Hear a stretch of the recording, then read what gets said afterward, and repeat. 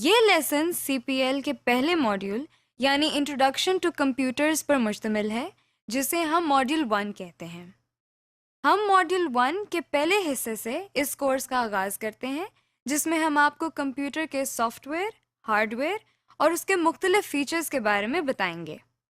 اس lesson کو کرنے کے بعد آپ جان جائیں گے کہ کمپیوٹر کیا ہے، اس کے کیا فوائد ہیں، کمپیوٹر سے متعلق کون سی بیسک ٹرمز ہیں اور کمپیوٹر کی کتنی اقسام ہیں۔ چلیے اب ہم دیکھتے ہیں کہ کمپیوٹر کیا ہے۔ یہ کوئی جادو نہیں، بلکہ وہ مشین ہے جسے انسان نے اپنے روزمرہ کام کو زیادہ آسانی اور بہتر طریقے سے کرنے کے لیے ایجاد کیا ہے۔ کمپیوٹر کا سب سے بڑا فائدہ یہ ہے کہ بہت زیادہ محنت اور وقت لینے والا کام انتہائی آسانی اور کم وقت میں کر دیتا ہے۔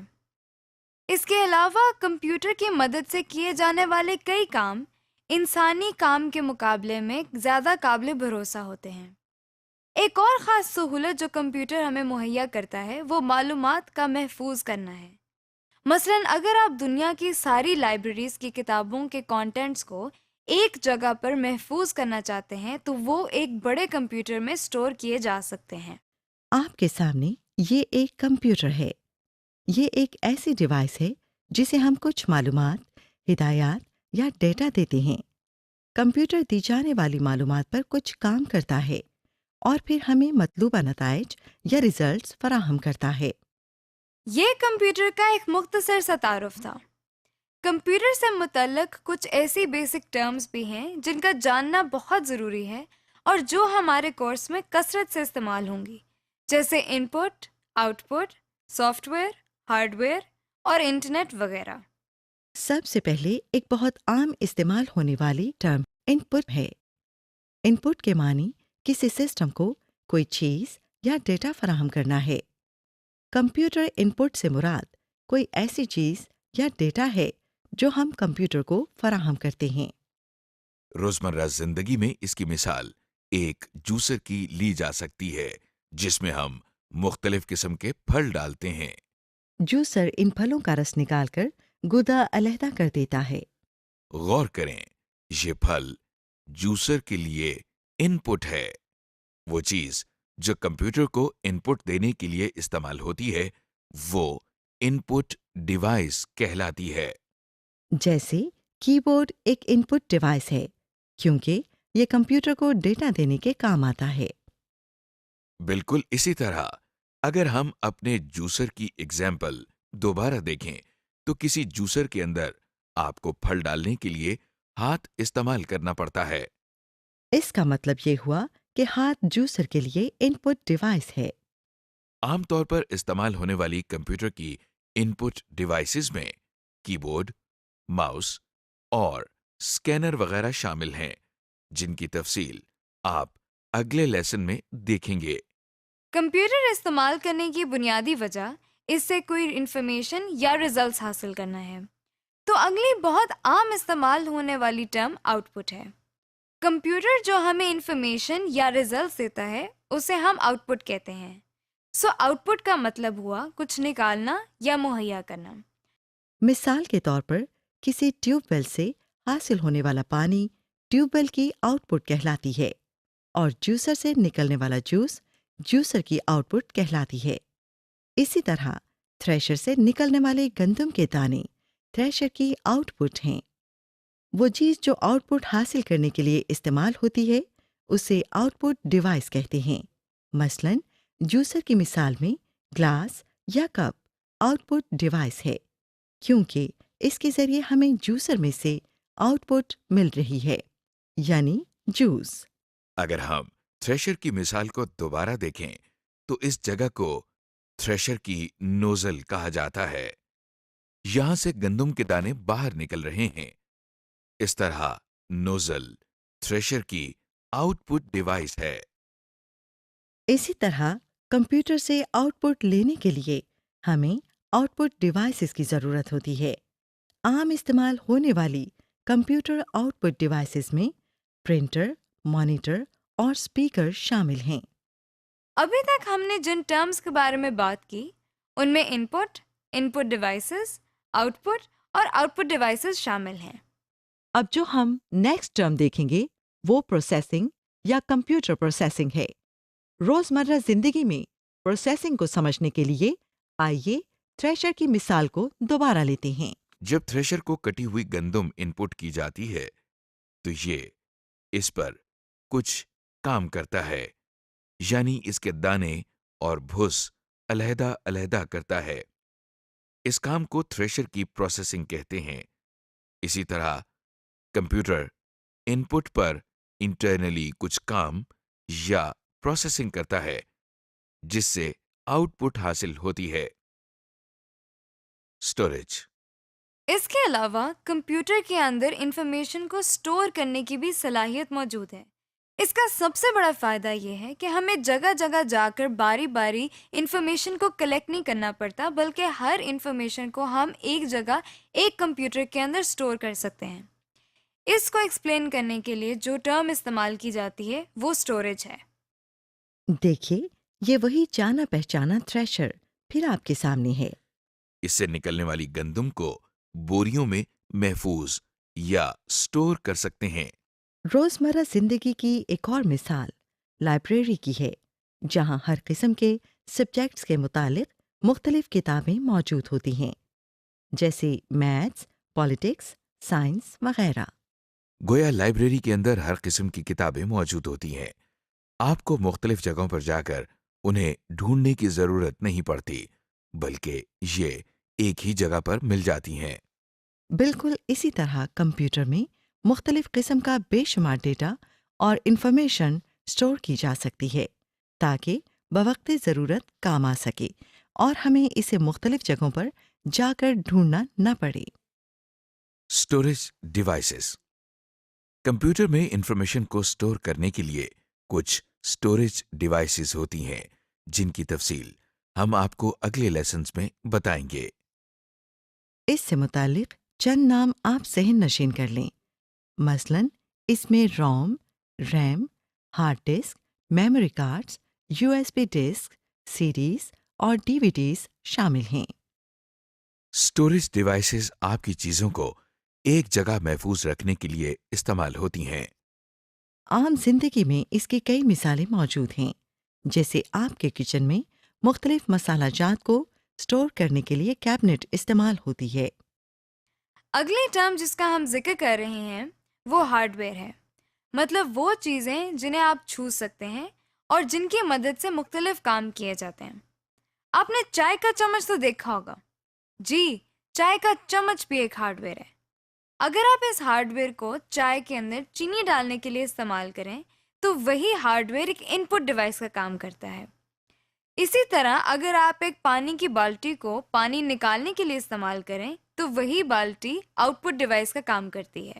اسی طرح کمپیوٹر میں اب تک ہم نے جن ان پٹ، آؤٹ پٹ اور اسٹوریج ڈیوائسز کا ذکر کیا وہ کمپیوٹر کا ہارڈ ویئر کہلاتی ہیں۔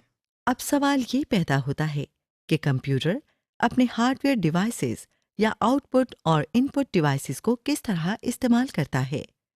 اس سوال کے جواب میں ہمارے سامنے ایک نئی ٹرم آتی ہے جسے ہم سافٹ ویئر کہتے ہیں۔ سافٹ ویئر سے مراد وہ ہدایات ہیں جن کی مدد سے کمپیوٹر اپنے ہارڈ ویئر کو استعمال کرتا ہے۔ یہاں اگر آپ غور کریں تو ہدایات سے مراد وہ چیزیں جنہیں آپ سوچ تو سکتے ہیں، لکھ بھی سکتے ہیں، لیکن آپ چھو نہیں سکتے۔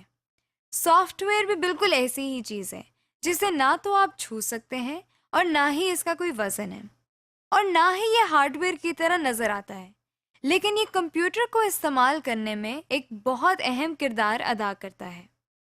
اس کی مثال ہم یوں لے سکتے ہیں کہ جب آپ اپنا کمپیوٹرائزڈ آئی ڈی کارڈ بنوانے جاتے ہیں تو آپریٹر ایک ان پٹ ڈیوائس کے ذریعے سارا ڈیٹا اپنے کمپیوٹر کو فراہم کرتا ہے۔